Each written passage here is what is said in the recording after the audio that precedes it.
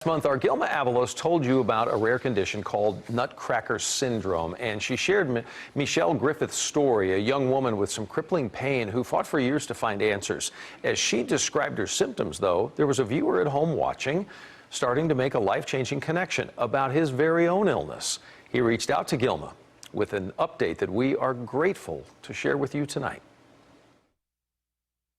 Dear Ms. Avalos, my name is Matthew Proctor, and I wanted to reach out and thank you. Matthew Proctor's email landed in my inbox just days after we shared Michelle Griffith's story. It basically felt like what I imagine a heart attack would feel like, but in my abdomen every single day. As Matthew and his wife heard the 25-year-old's symptoms, something clicked. Just the overall pain she was in. He too had been dealing with chronic abdominal pain since he was 13.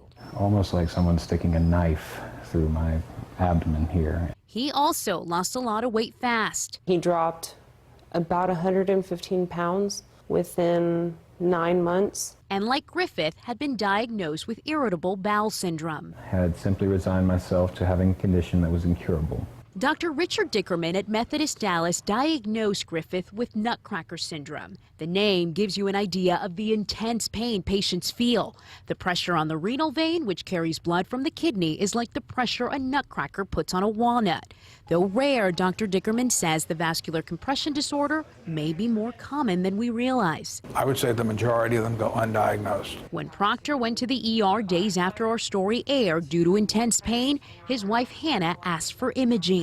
Immediately started telling him to run the test for the Nutcracker Syndrome because I was thinking about the story. He comes walking back in with eyes the size of saucers and basically said, "Which one of you called it?" And so, from there we went on to do all the tests. Those tests confirmed he had a different rare vascular compression disorder, median arcuate ligament syndrome, which can also lead to severe abdominal pain and weight loss. Do you think watching this story gave you those answers that you were looking for? Absolutely. Absolutely. You live with something for so long that puts you in so much pain. It robs you of your social life. It robs you of your personal life. Proctor says he is now on the path to finding treatment and can finally start thinking ahead to the future. Finally seeing a light at the end of a very dark tunnel. Their message to those dealing with unexplained chronic pain? Don't be afraid to sound foolish when asking. Ask away. I firmly believe this saved his life. Gilma Avalos, CBS 11 News.